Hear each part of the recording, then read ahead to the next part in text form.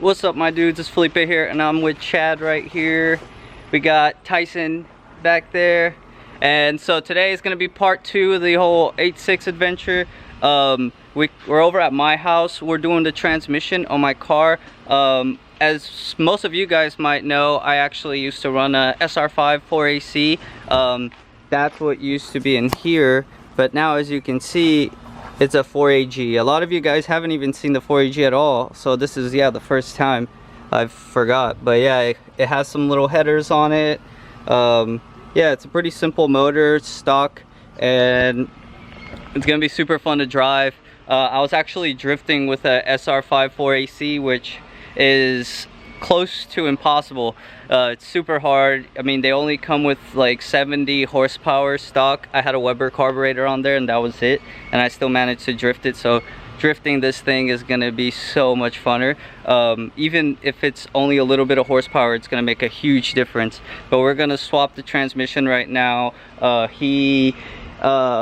As I stated in the last video, we were able to source this transmission from an 86 that ended up at the junkyard over here, and that valve cover, I cleaned it all up. It's all nice and clean, and I'm gonna be putting that on my car. But I was actually able to get that. Tyson picked it up for me, and so we're gonna get started. Drop that transmission. That's actually, I don't know if I mentioned, but that's a GTS transmission, so it has the GTS bell housing.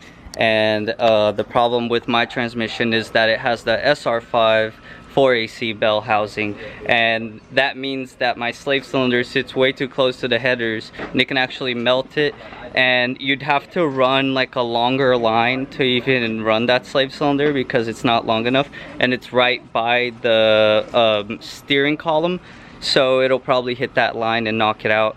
So but yeah, we're just gonna swap it real quick and put this new slave cylinder on too, and yeah. All right guys, so come to find out, I'm really glad that we're doing this.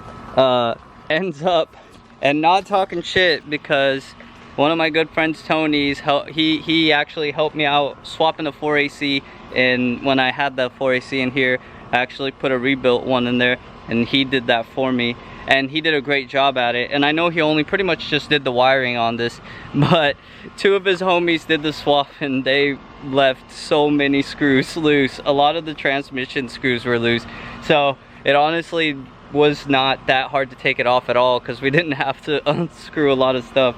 But it's cool because we're gonna tighten everything up now. And we all didn't realize how much easier it is to do a transmission when you have 3 people, because we did that in like 20 minutes. We're able to drop it. So we're just gonna slap the slave cylinder on here right now. We got this Chase baseline with just the slave cylinder, put it on there. We got the bolts already on there, so just slap this on and throw this transmission on there. I cleaned it up a little bit so it's not as greasy, but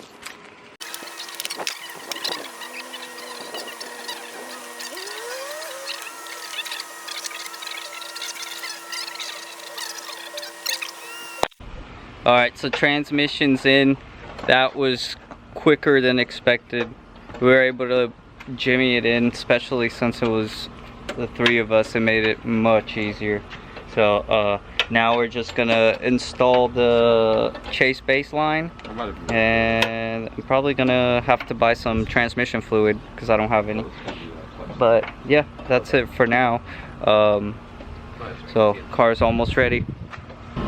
Alright, so me and Chad went over to the auto store, picked up some gear fluid and another bolt for my starter because it was being held on by 1 bolt. And so right now we're gonna put the fluid in, and we're gonna bleed the slave cylinder, and it should be all good to go, ready for 86 week next week. So yep, I'm gonna finish that right now. Alright guys, so it's actually been like 2 days since I filmed that video, and so the car is still up on jack stands. I got the transmission in.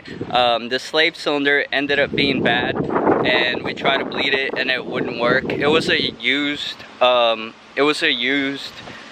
slave cylinder that we had on there, because what happened was that the Rock Auto parts that I got almost, so I ordered 3 parts and 2 of them were wrong, and one of those that were wrong was the slave cylinder, because on their website they listed it as a GTS slave cylinder and it came in and it was a SR5 slave cylinder. If you've ever shopped with Rock Auto, you know that they have a tendency to send out wrong parts, but you know, it's kind of what you get when you're ordering from a discount, pretty much discount website with a lot of universal stuff.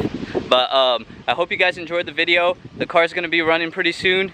Today is actually 86 day, so, well, it's not 86 day, but it's gonna be one of the events today, so I'm gonna go check it out. And yeah, hopefully you guys enjoyed the next video. Hopefully you guys enjoyed this video. Remember to like and subscribe, leave a comment. Peace.